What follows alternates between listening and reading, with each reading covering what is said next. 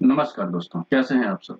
आशा करता हूँ कि आप सब बहुत अच्छे होंगे। मेरा नाम है अविनाश सिंह, आपका स्वागत करता हूँ स्टडी बडी में। तो दोस्तों, आज जो हम टॉपिक डिस्कस करने वाले हैं, वो इंग्लिश का एक बहुत ही इम्पोर्टेंट टॉपिक है, बेसिक है।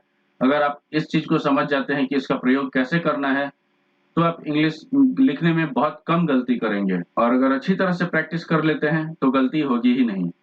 तो आज जो हम टॉपिक डिस्कस करेंगे, वो है आर्टिकल्स। आर्टिकल्स मतलब हम नॉर्मली यही समझते हैं ए एंड द का प्रयोग। लेकिन इसको कैसे करना है, ये हम आप लोगों को इस लेक्चर में बताएँगे। तो ये सिंपल नहीं है कि जहाँ भी वॉवेल या कॉन्सोनेंट आए, वहाँ पर उठा के आर्टिकल को यूज़ कर दिए, ये इतना सिंपल नहीं है। इसको यूज़ करना डिपेंड करता है वॉवेल्स के साउंड पे, किस तरह से उसका साउंड आता है। जैसे एन, आवर। अब यहाँ पर आप देखिए, पहले हम आर्टिकल्स का डेफिनिशन देख लेते हैं। ए, एन और द को आर्टिकल्स कहा जाता है। ए एन इंडेफिनिट आर्टिकल होता है, मतलब कि ये किसी भी चीज को डिफाइन नहीं करता है। और ये जो द होता है, ये डेफिनिट आर्टिकल होता है, ये चीजों को डिफाइन करता है। जैसे कि द सन, द मून, ये यूनिवर्सल चीजें हैं, तो इनको डिफाइन करता है द। तो किसी भी चीज को अगर पर्टिकुलरली डिफाइन करना हो, तो वहां पर हम यूज करेंगे द, THE, द। समझे? अब इसको देखिए, हम बताए थे कि ये साउंड के ऊपर डिपेंड करता है। साउंड के ऊपर कैसे डिपेंड करता है? जैसे कि हम लोग लिखते हैं आवर, HOUR। यहाँ पर क्या है? ऐसे तो दिखने में ये कॉन्सोनेंट है, लेकिन इसका साउंड कैसे आता है? वॉवेल की तरह, आवर। का साउंड आता है, इसलिए हम यहाँ पर यूज करेंगे एन आवर। समझे? चलिए आगे आगे बढ़ते हैं। इसको कैसे प्रोनाउंस करना है, ये हम देख लेते हैं। आर्टिकल्स ए को वीक फॉर्म में बोला जाता है, स्ट्रॉन्ग फॉर्म में ए। आर्टिकल एन, इसको वीक फॉर्म में अन, स्ट्रॉन्ग फॉर्म में एन। द, वीक फॉर्म में द, दी और स्ट्रॉन्ग फॉर्म में दी। तो जिस तरह से हम बोलने की कोशिश, आप लोगों को बोलकर दिखा रहे हैं, उस तरह से आप लोग बोलने की कोशिश भी कीजिएगा, तब आप लोगों का प्रोनाउंसिएशन सही हो जाएगा। अब आते हैं, आर्टिकल को नाउन के पहले लगाया जाता है, और अगर नाउन से पहले कोई एडजेक्टिव हो, तो नाउन को उस एडजेक्टिव से ठीक पहले लगाया जाएगा।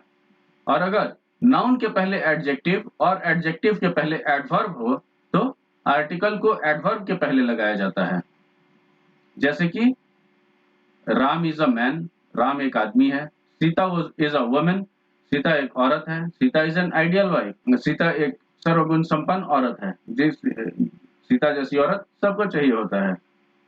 Sita is an extremely beautiful woman, तो सीता एक बहुत ही ज्यादा सुंदर औरत है, अत्यंत सुंदर। This is the dog that I met yesterday, ये वही कुत्ता है जिसे मैं कल मिला था। This is the strongest dog, ये सबसे स्ट्रॉन्ग कुत्ता है, सबसे मजबूत कुत्ता है। तो इसमें नोट करने योग्य क्या बात है कि जब वेरी के पहले द लगाते हैं, तब वेरी का मतलब हो जाता है वही। जैसे कि those very men beat up the boy, मतलब ये वही लोग हैं जिन्होंने उस बच्चे को मारा था, उस लड़के को मारा था। जैसे कि आप पहले जमाने का गाना अगर सुनते होंगे, तो एक गाना है, इन्हीं लोगों ने ले लीना दुपट्टा मेरा।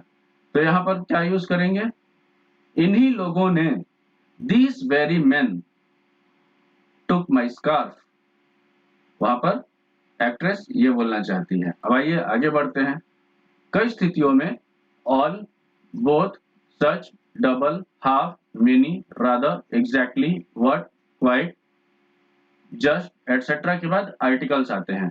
इसको यूज करके दिखाते हैं। All the boys, many an hour, all the same, half a kilo, just the right amount, so fine a day, half an hour, quite a lucky man, rather a good idea। यहाँ पर हम जितना भी आप लोगों को example दिए हैं, उसका एक एक सेंटेंस बना के भी आप लोगों को समझा दिए हैं कि आपको अच्छी तरह से समझ में आ जाए। अब अगर नाउन के पहले एडजेक्टिव रहे और एडजेक्टिव के पहले हाउ, सो, टू, एज रहे, तो आर्टिकल एडजेक्टिव और नाउन के बीच में आएगा। मतलब कि how, so, too, as plus adjective plus a और एन प्लस नाउन का क्रम होगा, इस तरह से। जैसे इसमें देखिए, how fine a day, how accomplished a singer, so serious an attempt, so fine a man, too proud a girl, too good an attempt, how brave a warrior was Chandragupta Maurya. तो यहाँ पर आप आराम से देख सकते हैं कि यहाँ पे नाउन लास्ट में यूज किया गया है, और यहाँ पर ए का प्रयोग किया गया है, और यहाँ हाउ का। She is too proud a girl to ask for help. अब ए और एन को किस तरह से यूज करते हैं, तो ए और एन को इंडेफिनिट आर्टिकल कहा जाता है, क्योंकि इसके किसी खास व्यक्ति या किसी सामान के बारे में पता नहीं चलता है। वहीं हम आपको बताया कि जिस तरह से द होता है, द को प्रयोग करते हैं जब किसी खास चीज को बताना होता है, डिफाइन करना होता है तब।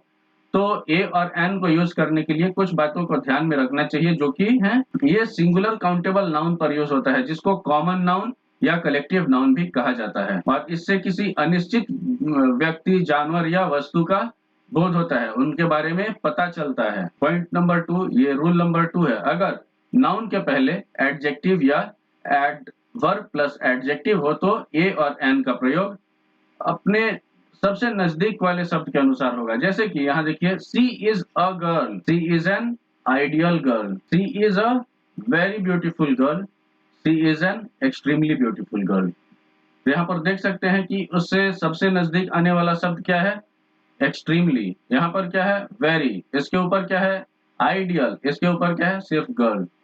तो किस तरह से इसका यूज किया गया है, समझे।